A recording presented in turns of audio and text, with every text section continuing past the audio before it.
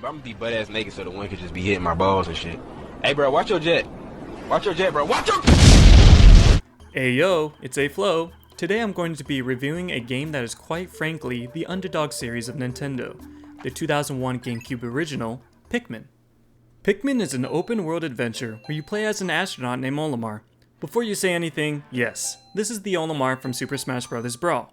I swear anytime that I mention Pikmin, people usually only refer to Olimar as a Smash character rather than the actual protagonist of his own game. Now I know what Western Earthbound and Fire Emblem fans probably feel like. So the story of Pikmin begins with Captain Olimar getting hit by an asteroid in space and crash lands into an unknown planet to find out that his ship is destroyed. He must be able to find all the parts of his ship and put them back together before he runs out of air supply and dies to the toxic gas of the planet. He only has 30 days to accomplish this task, and he is completely by himself. That's it.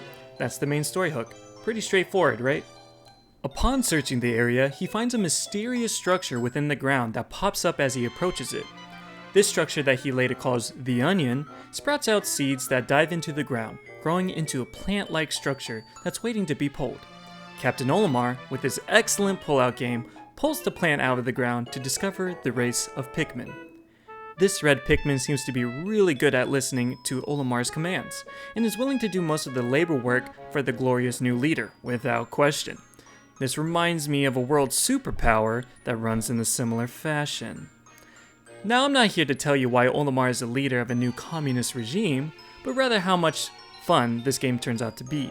Upon finding the engine of your ship and having the red Pikmin return it, you are now able to access other areas of the world where your other parts have scattered into. The game's mechanics solely rely on your ability to micromanage and lead these Pikmin creatures. You can throw them, tell them where to run, what to pick up, or to even stay put. Each Pikmin has their own unique attributes to them. The red Pikmin are resistant to fire and deal extra physical damage against monsters. The yellow Pikmin are lighter and can be thrown higher. They can also carry and detonate bombs. The blue Pikmin can breathe underwater, so basically, you're useless.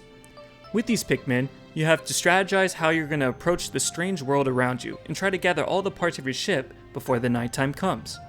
During the night, all the beasts come out and the world becomes too dangerous for you to be able to be out and about. So you gotta go into orbit and chill until sunrise. They even play a little cute tune at the end of each day. What I love about this game is its ability to create an interesting world full of unique landscapes and creatures. You can fight a ladybug-like creature, avoid getting crushed by frogs, fend off against a serpent bird, and fight many different bosses that somehow got a hold of your spaceship parts.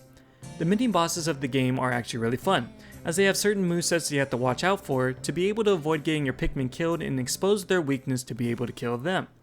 I had a rough time with a certain spider boss that was able to immediately kill most of my Pikmin by a surprise attack upon entering his arena.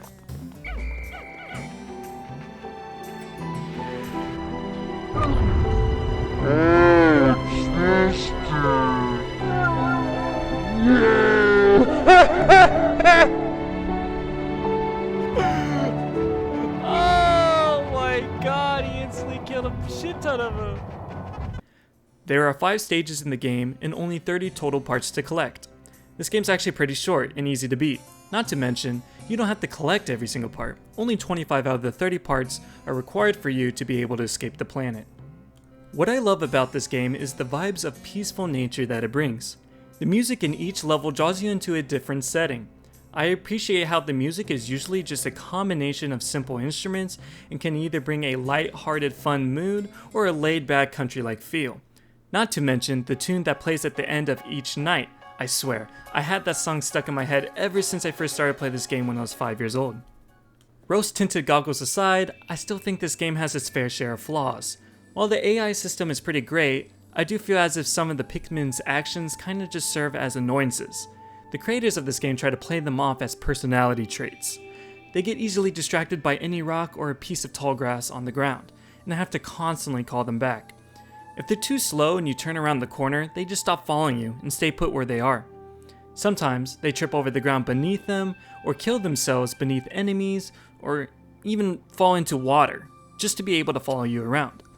I swear, these creatures have no instincts of their own and only to be clumsy and curious. But they're cute, so I'll let them pass on this one. Not to mention the repeated textures of the map. I know Nintendo was probably limited on the project and the technology at the time, but I feel like there was possibilities to diversify the areas even more. Overall, I had a great time playing this game. Being overshadowed by the supergiants of the GameCube back then, I really do feel like that this game deserves more appraisal and recognition. I would easily recommend this game to anyone who's looking for a light-hearted fun game to play. Even though most of the game is pretty easy, I feel like there were still some challenging moments. It took me multiple attempts to be able to defeat the final boss, and most of my Pikmin actually died.